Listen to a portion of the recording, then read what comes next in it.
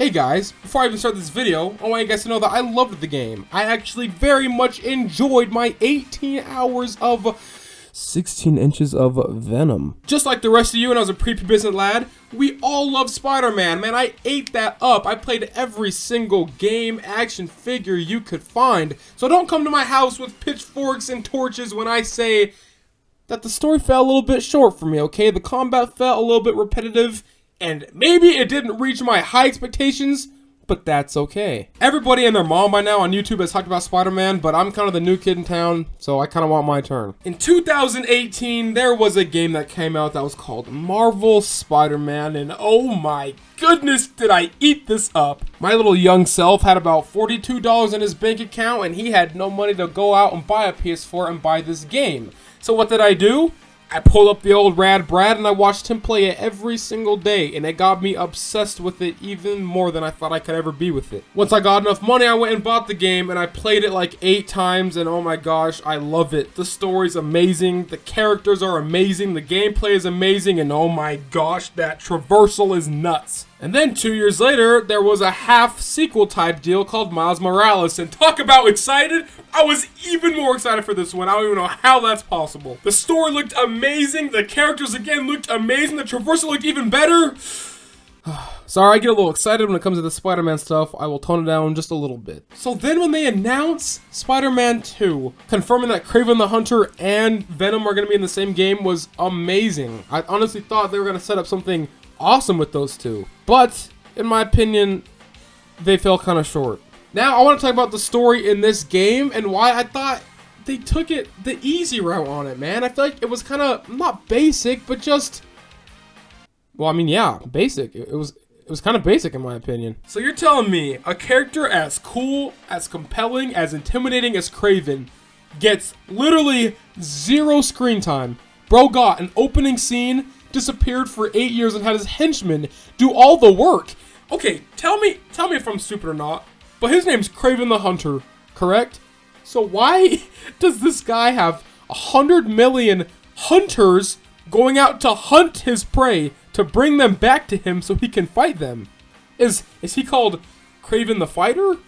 Is he called Kraven the Capturer? I thought he was Kraven the Hunter. Why is he not in the concrete jungle going around collecting these people? I thought it was so cool that he was out there killing, like, Scorpion and Vulture and all them, but, like, it wasn't really him capturing them. It was his hunters. And honestly, that's not even a big deal. I'm just saying, if you got someone like Kraven the Hunter, it'd be kind of cool to see him actually hunt in the game. You know what I mean? I thought that would just be kind of a cool thing to see, like, swinging around Spider-Man, seeing him actually hunt down the people. Like, maybe there should have been a mission where you try to intercept and try to save a bad guy from actual Kraven hunting him, like with the Tombstone mission, you know? Kind of like make it so it's Kraven getting him. But that's just a nitpick, so that's not a big deal. I guess my biggest thing here is Venom, to be honest. They kind of kept it a secret of who Venom was, and I honestly, again, I think I'm just probably the stupidest person ever, but I thought Venom would have been more of a compelling character himself. In the trailers, it was so obvious it was Harry that I didn't think it was going to be Harry. Like, it was reverse psychology. I was like, who's going to be Venom here? I was like, are they going to go the route and make it so bad in Peter's mind that he became Venom? Or is it going to be like something else? And here's my pitch. Now, here's my little rewrite. Are you guys listening? Opening scene up in the forest. Now it shows Kraven with his hunters. The Kraven guys tell him, hey, there's some new battlegrounds down in New York. Let's go hunt. He's like, yeah, I'm gonna go take a few of you and go down. I'm not taking the whole colony. I'm taking my 10 favorite. So he goes down to New York, and let's say he starts hunting all of them. Like I said before, he kills Scorpion. He kills Crusher. He kills all those people. Now he feels amazing. His ego's out the roof. He's conquered the concrete jungle, right? What if he fights symbiote Peter and he whoops him? I'm talking Peter just smacks him, almost kills him. Somehow, let's say that Kraven now, instead of him being like, I need someone to take my last breath, what if he's like, no, I still want to be the apex top predator, you know what I mean? So what if he went and got the symbiote, and now he became the top hunter? Like, he became the apex predator that he always wanted to be, that he always thought he was, you know what I mean? I thought it'd be kind of cool like that. Or another thing that I thought would be kind of interesting is, what if Miles and Peter, when they were fighting, what if Miles gets it off, and since the symbiote was already so evil by then, that what if it latched onto Miles and made Miles Venom?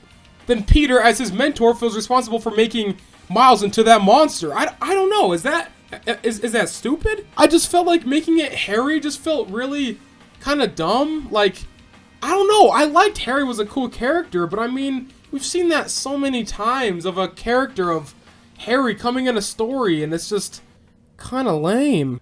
You're a fraud, Spider-Man! I mean, I feel like I don't even know this guy. I mean, we had some flashbacks, but like, come on, man. He was just singing songs the entire time.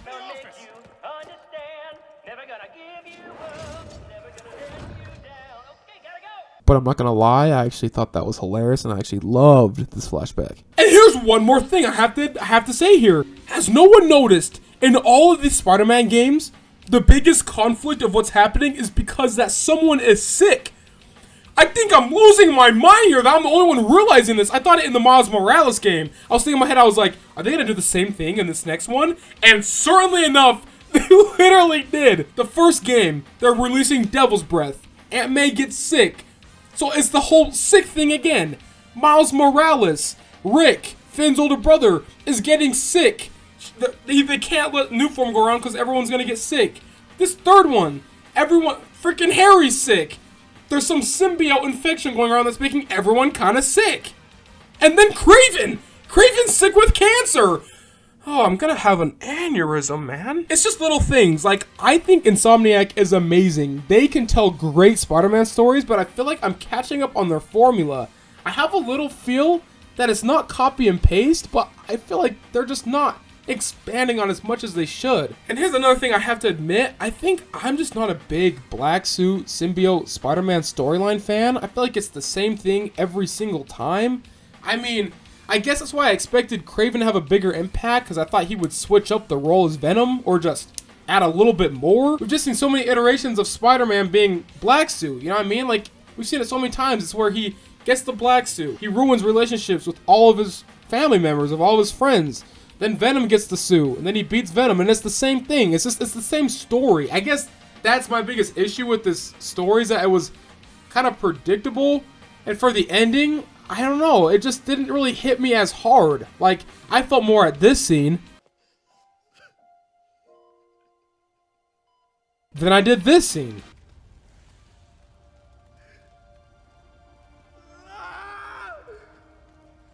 But again, that just goes back to me not really knowing Harry that well, and me just feeling it was kind of a cliche story. Like, it just didn't really hit as hard as I think it should have. But besides that, dude, I really did like the game. Like, I'm not trashing on it. I'm not saying it was bad. That was just the story elements that were just kind of whack for me. And I thought they did Miles kind of dirty. I thought him being obsessed with Lee the entire time was kind of lazy. I just feel like they didn't really know what to do with Miles. I thought it was so sick how to become friends at the end. That was awesome. Like, that was cool. But, like, really? Like, 90% of the thing was just him wanting Lee and just kind of sitting around waiting for Peter to call him? I don't know. It just kind of felt like it was definitely Peter's story, which again is okay. But like I'm saying, if I have to nitpick, this is just some things that really just stuck out to me. But oh my gosh, the traversal, man. I have spent hours just gliding around, swinging around. It's gorgeous. I freaking love it, man. It's amazing. I could talk about that all day. We all know how it is. I guess this video is just a Debbie Downer video, so let's get back into the Debbie Downerish. Another thing that just made me laugh so hard was some of these people's lines. What is all this stuff? Like, Peter, dude, where have you been the last few days, man? Like, this stuff almost ruined your life. It almost took away your girlfriend. You almost killed your girlfriend because of this. Why are you acting like you don't know what this is? And holy crap, the amount of times that I would roll my eyes when a new group of hunters would come out in a cinematic and I had to go fight them again made me snore. I'm not kidding, I was snoring. I just felt like they never stopped coming. I felt like I spammed my square button 100 million times over and over and over again fighting these hunters. I was just like, where's Kraven? Why isn't this guy hunting me down? It's in his name! Now I have to say something. If you want to come to my house with pitchforks on this one, I will not blame you. I thought those MJ missions were freaking awesome!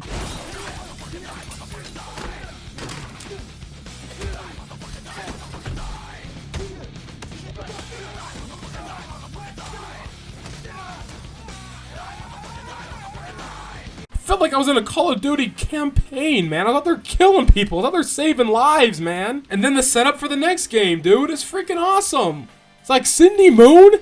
That's huge. Like, that's so cool. I like how Peter hung up the cleats, man. That's cool. He's gone through so much in such a little time. I felt like he needs this. You know what I mean? That's super believable.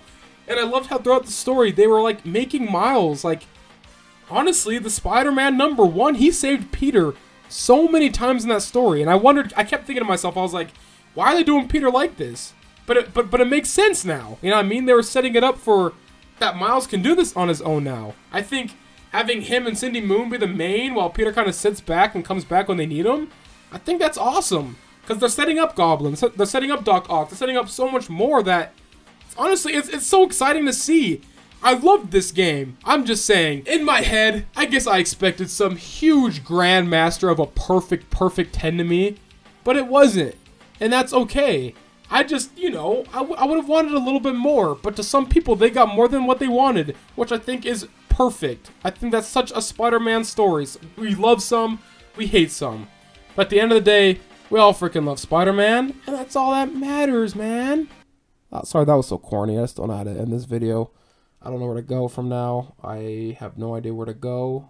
I'm still stalling for time, but yeah. Thanks guys for watching.